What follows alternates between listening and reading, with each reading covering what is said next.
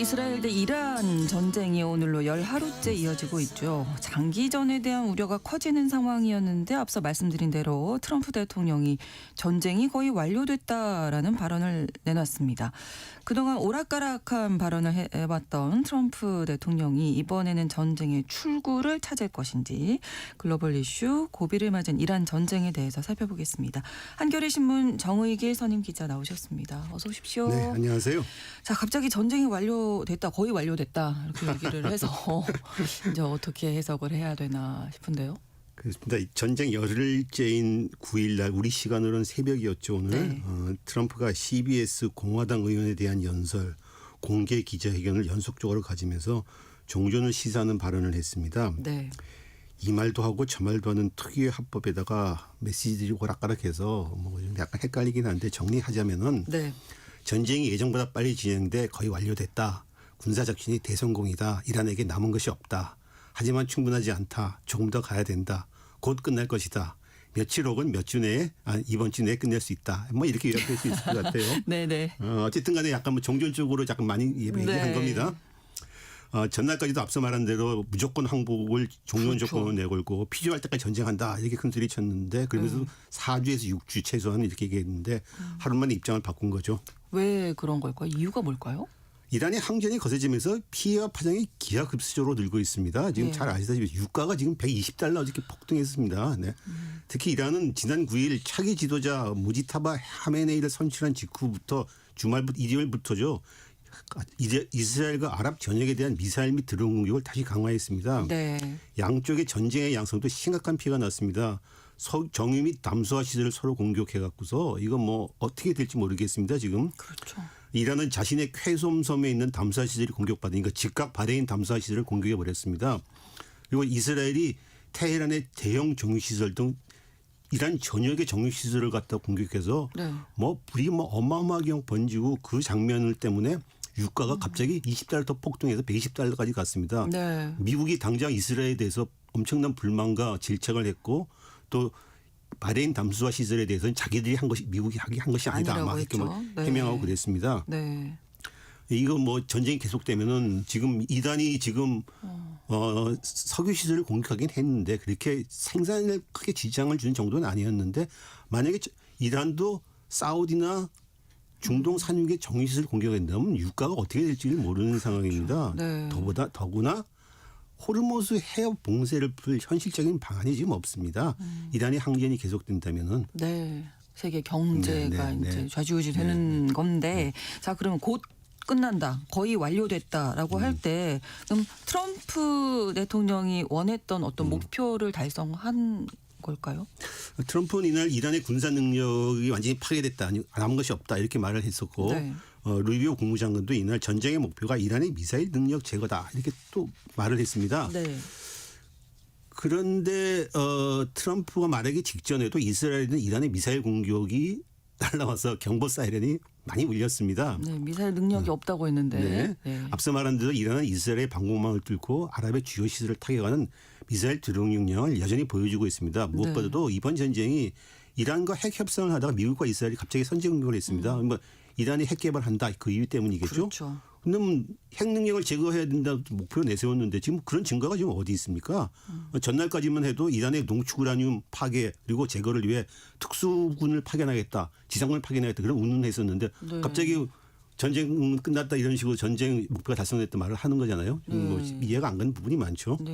10하루 동안 그 언급이 좀 많이 바뀐 것 같아요. 전쟁 첫날부터 목표 관련해서. 전쟁의 목표도 오락가락했고 네. 당연히 그러니까 출구가 뭔지도 불분명했습니다.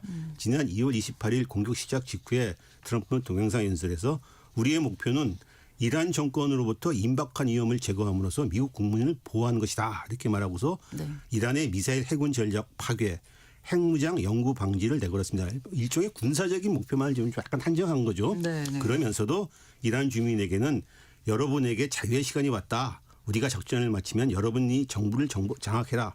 정권 교체를 촉구하는 선동도 했습니다. 네. 뭐 군사적 목표와 정권 교체 약간 뭐 이렇게 뒤섞은 거 했는데 본래 정권 교체를 공식 목표는 내세우지는 않았는데 네. 곧 전쟁 목표와 기간에 대해서 엇갈린 말들을 쏟아내기 시작했습니다. 바로 그날 엑시오스라는 매체와 통화에서 이 전쟁은 이란 전체를 통제하는 장기전이 될 수도 있지만 2, 3일 안에 끝낼 수도 있다. 그러면서 2, 3일 안에 끝내고 핵 미사일 프로그램을 다시 시작하면 몇 년 뒤에 다시 보자라고 말할 수도 있다. 이건 무슨 얘기냐면 2, 3일에 전쟁 끝내게 놓고서 이란이 다시 핵 개발할 수 있으니까 몇 년 뒤에 또 전쟁할 수 있다는 얘기로 뭔 소리를 지금 약간 자기도 좀 약간 뭐 어쨌든 간에 그리고 나서 또 2일에는 네. 뉴욕 포스트 CNN과 회견에서 자기는 지상군 투입에 울렁증이 없다 하면서 지상군 투입을 시사하기도 했습니다. 그러면서 네. 4주 5주를 드디어 예상하는 전쟁을 기간 또 늘렸습니다. 그렇죠. 더 오래 갈 수도 있다. 네. 우리는 전쟁을 더 할 수도 있다. 그리고 나서 4일에는 이란의 차기 지도자가 되는 사람은 다 죽을 것이다. 이렇게 얘기했고 그렇죠. 네. 5일에는 그 다음 날에는 이란의 지도자 임명에 내가 관여해야 된다. 이런 말도 했습니다. 이게 쉽게 얘기해서 미국이 자기가 이란 지도자까지 선출하겠다는 식으로 베네수엘라처럼. 네, 그렇습니다. 예. 그러다가 트럼프가 6일 무슨 얘기를 했냐면 소셜 미디어에서 이란과의 합의는 무조건 항복 외에는 없다. 네. 그래서 결국은 종전을 위해 협상이나 외교는 없다는 식으로 얘기를 했습니다. 무조건 항복이라는 무슨 얘기냐면 자기가 이란이 상황에 대해서 자기가 마음대로 하겠다. 미국이 마음대로 하겠다. 이런 뜻입니다. 네. 그리고 7일에는 압도적으로 승리하고 있다. 필요한 만큼 전쟁은 계속된다. 이런 말을 했습니다. 그러니까 네. 계속 전쟁의 목표가 상향되고 기간도 계속 늘어난 거죠. 그러네요. 뭐 무조건 항복까지 이란에 무조건 네. 항복을 요구했는데 그게 현실적으로는 좀 불가능에 가까운 얘기가 아닌가 싶었고요. 네. 전쟁의 출구를 정말 마련하기가 어려운 그렇습니다. 그런 상황이었어요. 무조건 항복을 요구했고 이란이 무조건 항복을 안 했는데 그렇죠. 전쟁 출구가 없는 거죠. 이런저런 이게 되는 겁니다. 그렇죠. 예. 그러니까 백악관도 이를 의식해서 했는지 약간 꼼수적인 발언을 내놨습니다.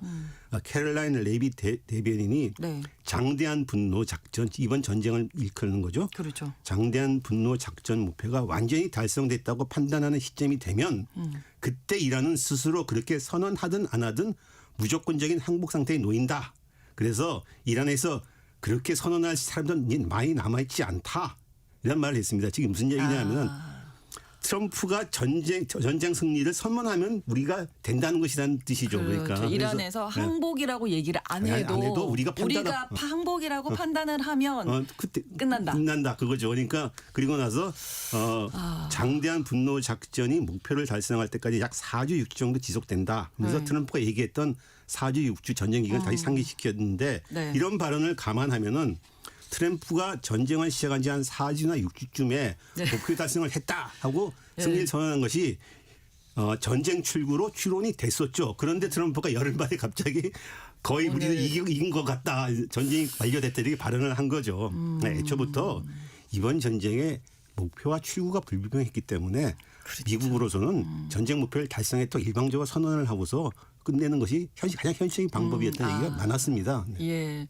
저도 어떻게 정리를 해보려고 하는데 정리가 좀 잘 안 되는데 네. 트럼프 행정부에서 지금 어떤 얘기가 좀 오고 가고 있나요?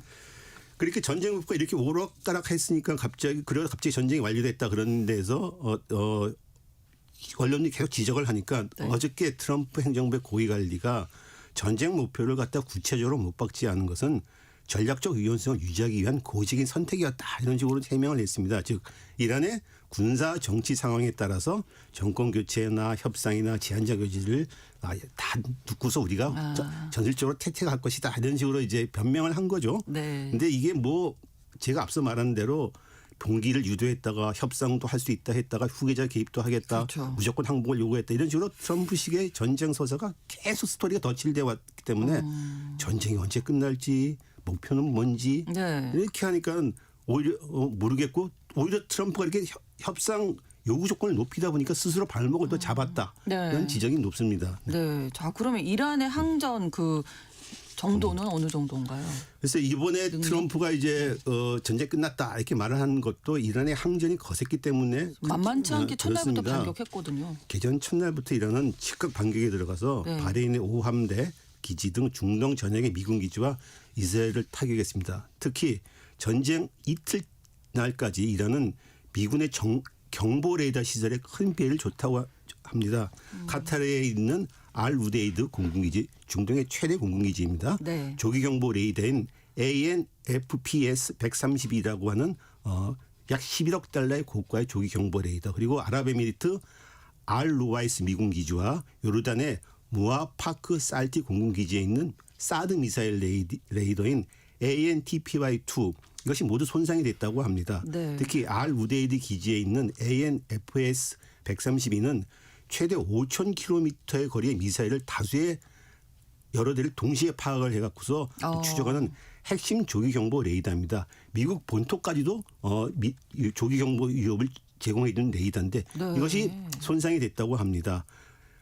그러니까 이 미군 기지와 레이더를 겨냥한 이란의 공격이 지난 6월 때보다 훨씬 정확해졌다고 합니다. 그리고 미군은 그래서 이제 지난 6일에 이란의 탄도미사일 발사가 전쟁 첫날보다 90% 드론 공격이 83%나 감소했다 이렇게 발표를 했는데 그건 네. 맞습니다. 맞는데 그럼에도 불구하고 이란의 미사일 드론 공격이 계속 됐었고 남들이 정확했었고 네. 그리고 앞서 말한 대로 지난 2주일을 기해서 또다시 강화됐습니다.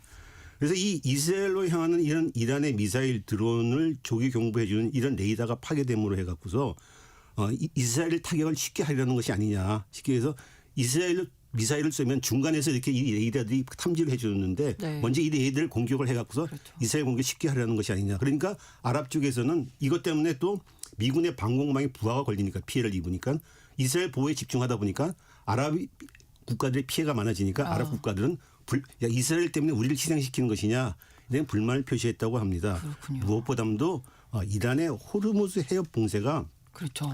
가장 큰 이유 같습니다. 네. 네.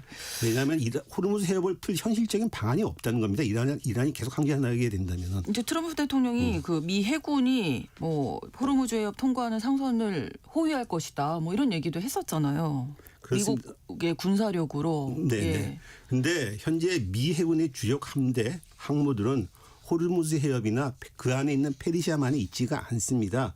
동지중해 해나 아라비아 해 등 원양에 있습니다. 왜냐하면은 호르무즈 항모들이 호르무즈 해협이나 페르시아만으로 진입을 하면은 그 좁은 지형 때문에 그렇죠. 이란의 공격을 받기가 아주 취약해집니다. 이란의 공격에서 그 미군은 이란의 전함을 40척 이상 파괴했다고 하지만은 네. 이란은 혁명 수비대 해군을 중심으로 기뢰, 지대함 미사일, 자폭 드론, 다수의 고속정가, 소형 잠수함 이런 걸 운영해서 좁은 지형에서 최적화된 이른바 반접근 거부 전략, 접근 못하게 하는 이런 네. 전략에 탁월한 능력을 갖고 있다고 합니다. 현재 이 능력이 파괴되는지 안 파괴되는지 알 수가 없습니다. 그렇죠. 만약에 들어갔다가 여기에 걸리게 된다면 대한미사일 한 대만 맞아도 미국의 전함 폭침되는데 미국의 입장에서 전함이 폭침된다는 건 어마어마한 상징적 효과가 있는 것입니다. 그렇죠. 그리고 네. 이 해협 봉쇄를 풀려면 결국은 대규모적인 공중 해상 작전을 벌여야 되는데 이것 자체가 사실은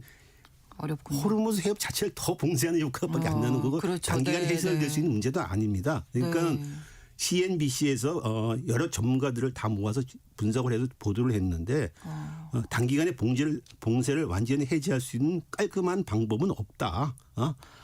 이렇게 결론 내고 그건 전문가들의 일치되는 결론입니다. 예. 자, 그러면 이제 다시 처음으로 돌아가서 전쟁이 거의 완료됐다, 뭐 곧 끝난다라고 오늘 새벽에 얘기한 트럼프 대통령의 발언은 네. 좀 어떻게 해석해야 할까요?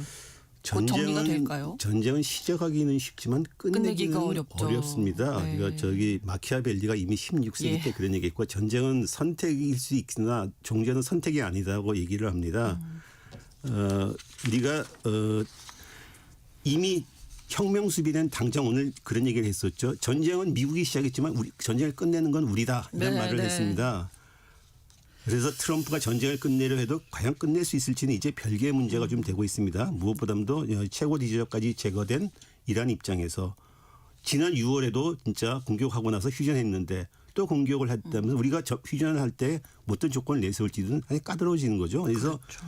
이제 이란이 이 분쟁의 규모와 지속 기간을 결정할 수 있는 발언, 최소한 절반의 발언권을 갖게 된 겁니다. 전쟁은 물론 미국과 이스라엘이 시작했지만 네네.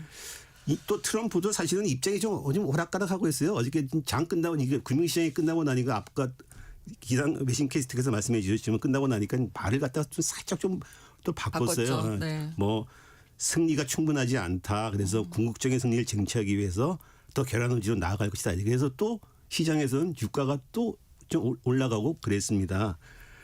이게 상당히 좀 심각한 위기입니다. 세계 경제의 젖줄인 호르무즈 해협이 봉쇄된 것은 그 수많은 중동 전쟁 사상 처음 있는 일입니다. 그만큼 위기가 중대한 것입니다. 그래서 네.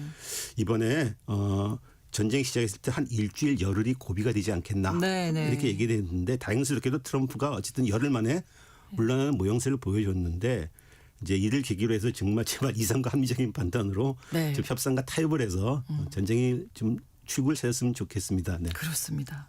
글로벌 이슈 한겨레 신문 정의길 선임 기자와 오늘도 함께 말씀 나눴습니다. 고맙습니다. 감사합니다. 오늘 끝곡으로 스틱스의 Show Me the Way 전해드리면서 KBS 1라디오 신성원의 오늘 세계는 마치겠습니다. 내일 오전 11시 5분에 다시 뵙겠습니다. 고맙습니다.